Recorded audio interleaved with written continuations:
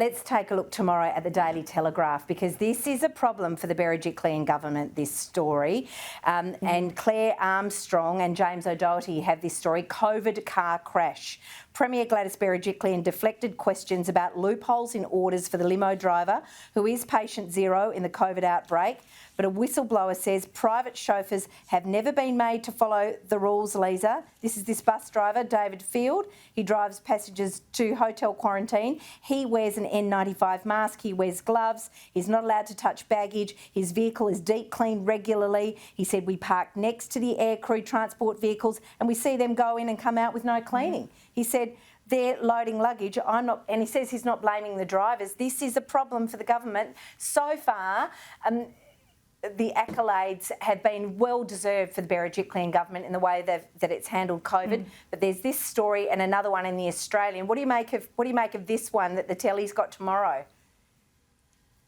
Well, when this all started, it was the Ruby Princess debacle, and the Gladys Berejiklian's government absolutely copped it, as they should have, over that. And since then, as you say, she's been the gold standard. Every time every other state and territory has slammed its border closed and gone into lockdown, we've all said, look, be more like Gladys. And there were a lot of people saying at one point when Victoria went into lockdown again, for goodness sake, just call Gladys Berejiklian, fly her across and have her sort this mess out. Now, the problem she has is she has backed herself into a position where she's held up as the gold standard because she doesn't do the lockdown.